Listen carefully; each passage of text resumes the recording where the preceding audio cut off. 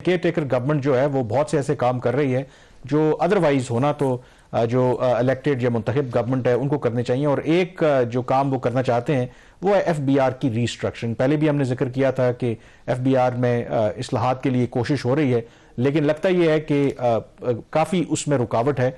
और शहबाज लगता यह है कि जो हमारे मुक्तदरा हल्के हैं, जो एक डेड लॉग अपेरेंटली लग रहा है, जो करंट आप कह सकते हैं कि जो ब्यूरोक्रेसी है विद इन दी एफबीआर और जो हमारी केयर टेकर फाइनेंस मिनिस्टर हैं उनमें शायद ठन गई है, तो किसी थर्ड पार्टी को फिर इंटरवीन करना पड़ेगा इस मसले को हल करने के लिए।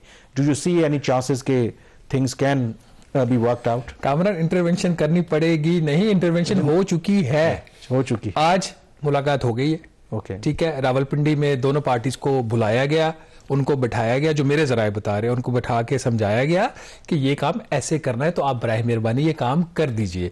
तो इसमें थर्ड पार्टी किसके साथ है, मतलब ये भी पता होना जरूरी है। थर्ड पार्टी तो हमेशा एम्पायर होती है ना, न्यूट्रल होती है ना, वो किसी के साथ नहीं है। लेकिन लग ऐसे रहा है केस में इट इज इंपॉर्टेंट कि उनका क्या व्यू है कि व्हाट दे एक्चुअली वांट। मेरा ख्याल है कि चूंकि फाइनेंस मिनिस्टर को हमेशा अपर हैंड एक होता है, तो लगता है ऐसे है कि उन्हीं का जो व्यू है वो माना जाएगा इवेंचुअली। बट पहले थोड़ा सा ये इशू क्या है इसका अगर बैकग्राउंड पे बात करें before going to the fine details. Finance minister की जिस दिन से उन्होंने ये चार्ज संभाला, उनका ये ख्याल था कि एफबीआर से ही परफॉर्म नहीं कर रहा। और जो स्पेशल इन्वेस्टमेंट फैसिलिटेशन काउंसिल की जो मीटिंग्स होती थी उसके अंदर भी आर्मी चीफ डायरेक्टली ये बात हमेशा कहते थे कि आप लोगों की परफॉर्मेंस ठीक नहीं है, आप लोगों की परफॉर्मेंस ठीक करने की जरूरत है। तो फिर एक प्लान बना कि नेशनल टैक्स अथॉरिटी बनाई जाएगी, इनकी चीजें आसान की जाएंगी, रिफॉर्म्स की जाएंगी। वो इजलास हुआ एक वजारत प्राइम मिनिस्टर ऑफिस में हुआ, गालिबन नवंबर का 3rd या 4th वीक था। तो वहां पे जो चीजें पेश हुई वो पास नहीं हुई। हमने इसके ऊपर खबर भी की थी, प्रोग्राम में भी इसका जिक्र किया। तो नेशनल टैक्स अथॉरिटी का जो आइडिया था वो ड्रॉप हो गया। उसके बाद दूसरा एक प्लान सडनली होता है कि इसकी जो रिस्ट्रक्चरिंग की एफबीआर की उसकी जरूरत है। उस वक्त जो प्राइम मिनिस्टर ऑफिस वाली मीटिंग थी उसमें भी ये चीजों का जिक्र था, ये सारे बोर्ड वगैरह बनाने का। प्लान है फाइनेंस मिनिस्टर का ये है कि इस वक्त जो पॉलिसी एफबीआर के पास है उसे सेपरेट करके रेवेन्यू डिवीजन को दे दी जाएगी। जो प्रॉपर्टी की और कस्टम की जो वैल्यूएशंस है वो फंक्शन भी रेवेन्यू डिवीजन के पास चला जाएगा और ये डायरेक्टली रिपोर्ट करेगी रेवेन्यू डिवीजन फाइनेंस मिनिस्टर को। उसके बाद फिर 2 ओवरसाइट बोर्ड्स बनाए जाएंगे, एक कस्टम ओवरसाइट बोर्ड होगा और एक होगा इनलैंड रेवेन्यू ओवरसाइट बोर्ड। ये दोनों जो बोर्ड्स हैं वो रिपोर्ट करेंगे फाइनेंस मिनिस्टर को। अब झगड़ा किस चीज के ऊपर है? ये जो बोर्ड्स हैं, जो रेवेन्यू डिवीजन है और जो चेयरमैन एफबीआर है वही सेक्रेटरी रेवेन्यू डिवीजन है, वो ये कहते हैं कि ये जो बोर्ड्स हैं, ओवरसाइट बोर्ड्स, इसकी जो सदारत है वो सेक्रेटरी रेवेन्यू डिवीजन करेगा। वो इस चीज जो कि अगेन चेयरमैन एफबीआर है। जबकि फाइनेंस मिनिस्टर ये कहते हैं कि प्राइवेट सेक्टर से एक एक्सपर्ट होगा, दोनों का सेपरेट, वो इसको चेयर करेगा। तो ये एक झगड़ा, एक तो ये अलॉन्ग विद अदर इश्यूज, तो इसके ऊपर अभी तक इनकी बात तैर नहीं पाई। मामलात इनके काफ़ी ख़राब हो गए और गालिबन जुमेरात वाले दिन एक पब्लिक इवेंट था, वहाँ पे फाइनेंस मिनिस्टर ने for the first time publicly acknowledge किया कि एफबीआर मुझे बहुत हार्ड टाइम दे रहा है, मुझे बड़ी सख्त वहाँ से एक रेजिस्टेंस आ रही है।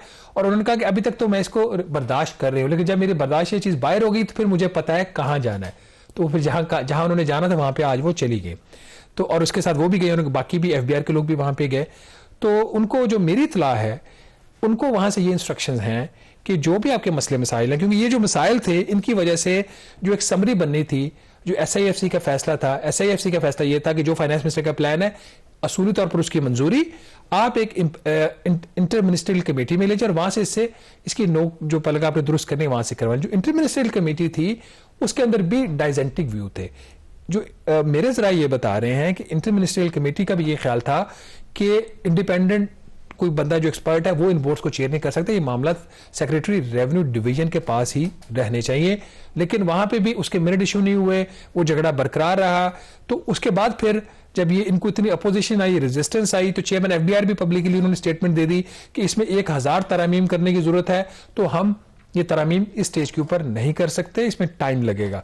अब इस वक्त overall cutting long story short, finance minister ने एक और अटेम्प्ट की, जुमे को एफबीआर गई, उनको समझाने की कोशिश की। दोनों साइड्स ने अपनी पोजीशन चेंज नहीं की।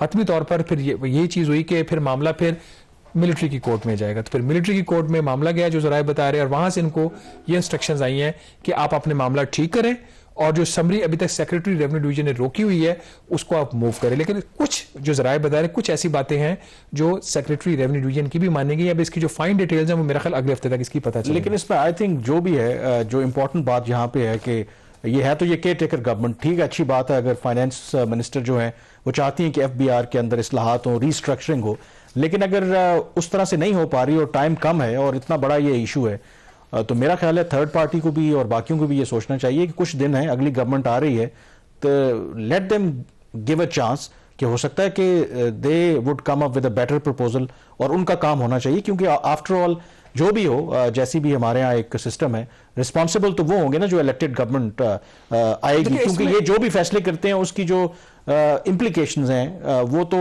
इलेक्टेड गवर्नमेंट को बर्दाश्त करना पड़ेगी ना, अगर वाकई इतना सीरियस इशू बन गया। और मुझे लगता है एक बात तो आपको पता है ना कि हमारे यहाँ ब्यूरोक्रेसी भी बड़ी सियानी होती है। आपको पता है एक अफसर को कि मैं अगर आपके सामने बैठा हूं और 2 हफ्तों के बाद मैं इस सीट पे मौजूद नहीं हूंगा तो मैं टाइम भी बाय करूंगा ना, तो ये भी तो मुमकिन है कि वो टाइम भी बाय कर रहे हैं। जो इनका असल जो झगड़ा है ना वो अब कस्टम्स का और इनलैंड रेवेन्यू का है। इस वक्त जो एफबीआर उसके अंदर 2 सर्विसेज हैं, एक इनलैंड रेवेन्यू सर्विस है जो ओवरऑल आपके जो टैक्सेस हैं उसको देखते हैं, जिसमें आपका इनकम टैक्स है, सेल्स टैक्स है, फेडरल एक्साइज ड्यूटी है, और दूसरा आपका कस्टम सर्विस ग्रुप है जो आपके इंपोर्ट्स और ये सारी चीजें दिख रहे हैं। लेकिन नाज़रीन अब दोनों साइड जो है वो अपनी अपनी इस पे पोजीशन ले चुकी हैं। जो कस्टम्स ग्रुप है उसके मेजॉरिटी ऑफिसर्स का ये ख्याल है कि ये रिस्ट्रक्चरिंग हो जानी चाहिए, कस्टम्स को एफबीआर से अलहदा कर दिया जाए और एफबीआर जो इनलैंड रेवेन्यू सर्विस है उसका इनलैंड रेवेन्यू बोर्ड बना दिया जाए।